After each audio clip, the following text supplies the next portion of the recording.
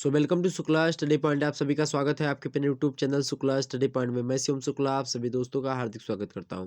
दोस्तों, आज के वीडियो के अंदर हम लोग बात करेंगे प्रीवियस ईयर क्वेश्चन पेपर 2016 में जो पूछे गए प्रश्न उनके बारे में, जो कि हिंदी साहित्य के पेपर 3 से बी तृतीय वर्ष में पूछे गए थे। ओके, बी थर्ड ईयर में उनके बारे में चर्चा करेंगे। इससे पहले पेपर 2 का और उससे पहले पेपर 1 की वीडियो आपके समक्ष पहले से अवेलेबल है।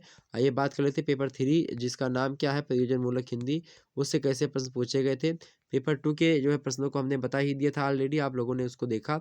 अब पेपर 3 के प्रश्नों को हम लोग डिस्कस कर लेते हैं और जानते हैं आखिरकार पेपर 3 से कैसे कैसे प्रश्न पूछे गए थे। पेपर 3 का नाम है प्रयोजन मूलक हिंदी। प्रयोजन मूलक हिंदी से कैसे प्रश्न बनते हैं और कैसे कौन कौन से इंपॉर्टेंट प्रश्न प्रयोजन मूलक हिंदी के, उसको बताने का प्रयास करूंगा। सभी प्रश्नों के उत्तर दीजिए। प्रत्येक प्रश्न का उत्तर लगभग यहाँ पर कितने शब्दों में होना चाहिए भाई, तो यहाँ पर सभी प्रश्नों के उत्तर निर्देशानुसार आपको देने जो है प्रयोजन मूलक हिंदी से। खंड आ देखेंगे, खंड आ से लघु उत्तरीय प्रश्न पूछे आते हैं, इसको समझते हैं हम थोड़ा सा।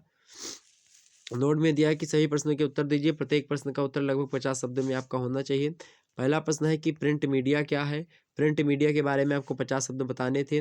अगला प्रश्न पूछा गया था कि संचार भाषा का स्वरूप क्या है, इसके बारे में आपको 50 शब्दों में बताना था। अगला प्रश्न था कि प्रयोजन मूलक हिंदी की विशेषताएं क्या क्या हैं, इसको आपको बताना था। एग्जाम से प्रश्न आज भी ऐसे पूछे आते हैं, इनको भी पढ़ लीजिएगा। अगला प्रश्न इंटरनेट क्या है, लगातार प्रश्न बनता है इससे। 17-18 में भी आपको देखेंगे ये प्रश्न मिलेगा। अगला प्रश्न दूरदर्शन क्या है भाई, इसको लेकर के प्रश्न लगातार। संक्षेपण क्या है, संक्षेपण तो लगातार प्रश्न आ रहा है। अगला प्रश्न है अनुवाद के प्रकार, फीचर लेखन, पृष्ठ सज्जा, ये सब इंपॉर्टेंट प्रश्न है। अनुवाद के प्रकार बताना आपको 50 शब्दों में। फीचर लेखन क्या है, इसको आपको 50 शब्दों में बताना है। पृष्ठ सज्जा क्या होती है, आपको बताना 50 शब्दों में। पृष्ठ सज्जा वैसे जानते हैं क्या होती है, कि जैसे कि आप जैसे थंबनेल जो हमने बनाया था वो पृष्ठ सज्जा है, जो ऊपर की जो पेज होता है उसको सजा देना। अगला है आपका संचार माध्यम के बारे में आपको बताना 50 शब्दों में। ओके, अगला प्रश्न आपके समक्ष आ चुका है।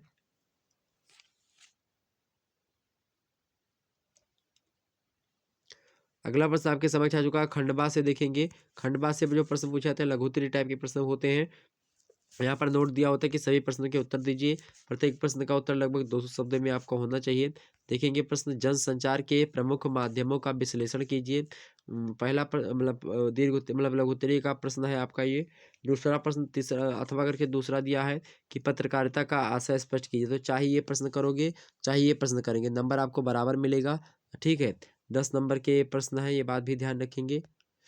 अगला प्रश्न आपके सामने, टिप्पण किसे कहते हैं, आप अच्छे टिप्पण के गुण बताइए। ठीक, तो टिप्पण किसे कहते हैं, अच्छे टिप्पण के गुण बताइए, मोस्ट इंपोर्टेंट प्रश्न है।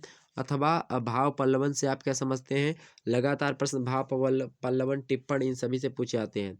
अगला प्रश्न है चौथा नंबर की, हिंदी की पारिभाषिक शब्दावली के स्वरूप पर प्रकाश डालिए। अथवा दूसरा प्रश्न दिया था कि हिंदी की वर्तनीय शुद्धियों को दूर करने के उपायों पर विचार प्रस्तुत कीजिए। तो ये दो प्रश्न इंपॉर्टेंट, मतलब कि ये दोनों में से केवल एक ही प्रश्न आपको करने थे, ये बात भी ध्यान रखेंगे। अगला प्रश्न है आपका 5वां नंबर प्रश्न देखेंगे, संपादक के प्रमुख 4 गुणों के जो है प्रकाश डालिए। संपादक जो होता है, जैसे जो पेपर का संपादक होता है, उसके जो है प्रमुख गुण जो है 4 गुणों के बारे में आपको बताना था, सॉरी प्रमुख गुणों के बारे में बताना था। अथवा करके दूसरा प्रश्न दिया था कि समाचार पत्रों की प्रमुख विशेषताओं को बताइए। तो ये दोनों प्रश्न इंपॉर्टेंट है आपकी परीक्षा की दृष्टि से 2022 में। ओके, आगे बढ़ते 6वां नंबर प्रश्न, इलेक्ट्रॉनिक मीडिया पर प्रकाश डालिए। बढ़िया प्रश्न था। अगला प्रश्न पूछा गया था दूसरा अथवा करके दूसरा प्रश्न था मेरे प्यारे दोस्तों, क्या फीचर लेखन को लेकर के, फीचर लेखन को लेकर के प्रश्न था कि आखिरकार फीचर लेखन जो होता है, फीचर लेखन के प्रमुख तत्वों का वर्णन कीजिए। बढ़िया प्रश्न था। अब खंड सा में प्रवेश करते हैं। खंड सा से कैसे कैसे प्रश्न पूछे गए थे, इसको आपको बता दूं। खंड सा से मेरे प्यारे दोस्तों कैसे प्रश्न पूछे गए थे, इसको देखते हैं। खंड सा में दीर्घ उत्तरीय टाइप के प्रश्न पूछे जाते हैं, विस्तृत उत्तरीय।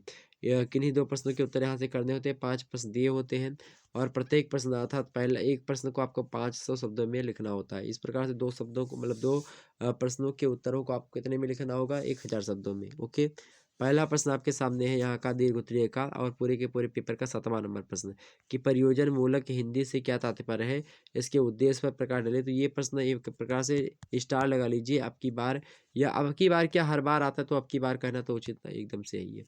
अगला प्रश्न है आपका, हिंदी की संवैधानिक एवं व्यवहारिक स्थिति को स्पष्ट कीजिए। ये भी मोस्ट इंपोर्टेंट प्रश्न है। अगला है अनुवाद के स्वरूप तथा प्रकार की मीमांसा कीजिए। तो जब भी आप एग्जाम से उत्तर लिखें तो जैसे कि यहाँ पर पूछेगा अनुवाद के प्रकार, हेडिंग पहले सबसे पहले अनुवाद के स्वरूप, तो अनुवाद के स्वरूप पर हेडिंग डाल करके लिखिएगा। उसके बाद में अनुवाद का प्रकार, ये भी हेडिंग डाल करके दूसरा लिखिएगा। और चटक हेडिंग होनी चाहिए, थोड़ा सा स्केच वगैरह के पास साथ डालें। अगला प्रश्न है संपादक कला की प्रवृत्तियों मतलब प्रमुख विशेषताओं पर विस्तृत प्रकाश डालिए। अगला प्रश्न था कि जनसंचार माध्यमों में दूरदर्शन एवं समाचार पत्रों के महत्व को रेखांकित कीजिए। तो इतने प्रश्न थे जो कि मोस्ट इंपोर्टेंट थे, एग्जाम से पूछे गए थे। इसी प्रकार से पेपर 2 और पेपर 1 के वीडियो आपके समक्ष, पेपर 3 का ये युग हो ही गया। पेपर 1 और पेपर 2 के वीडियो अवेलेबल, पहले से उनको देख लीजिएगा, उनमें कैसे प्रश्न पूछे गए थे उसको उसमें बता दिया गया। ओके, फिर मिलते हैं नेक्स्ट वीडियो में, तब तक के लिए जय हिंद जय भारत। आप सभी का बहुत बहुत धन्यवाद हमारे साथ जुड़ने के लिए।